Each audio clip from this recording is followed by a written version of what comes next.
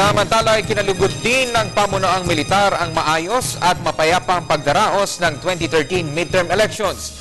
Base sa pagtaya ng AFP, mas mapayapa ang katatapos na halalan kung ikukumpara sa mga nagdaang political exercises. Alamin natin ito sa ulat ni Dina Pagibitan. Mas naging mapayapa ang 2013 midterm elections kumpara noong 2010 elections. Iyan ang pahayag ni AFP Public Affairs Office Chief Major Ramon Zagala matapos ang pakikiisa ng sandatahang lakas ng Pilipinas sa pagsiguro ng ligtas at maayos na halalan.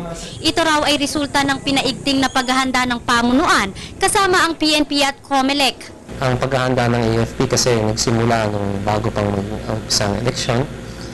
Ang ating mga unified commanders ay kumuha ng kanilang mga plano to ensure na itong ating eleksyon ay safe. Hindi naman naiwasan ng mga engkwentro ng hukbo sa mga rebeldeng nais isabotahe ang eleksyon. Kabilang dito ang pag-ambush ng NPA sa convoy na dala ang mga PICOS machine sa Kalinga bago ang eleksyon na ikinamatay ng 3 sundalo. Gayunman, mayroon namang pagkakataon ang napigilan ng mga sundalo ang paghahasik ng karahasan ng mga rebelde sa halalan sa Quezon at Bulacan. At dahil katulong natin ang taong bayan na nagbigay ng information sa atin at katulong natin ang Philippine National Police, ay tayo gumawa ng joint operations kasama ang Philippine National Police. At dahil dito, na-aresto natin itong mga miyembro ng New People's Army na may balak sana na gumawa ng kaguluhan itong eleksyon.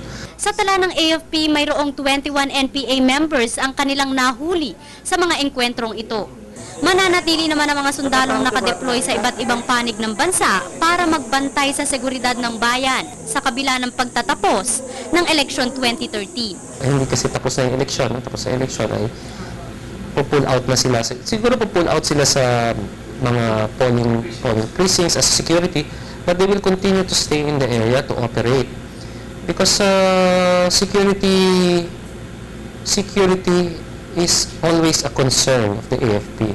Para sa Telebisyon ng Bayan, ako si Dina.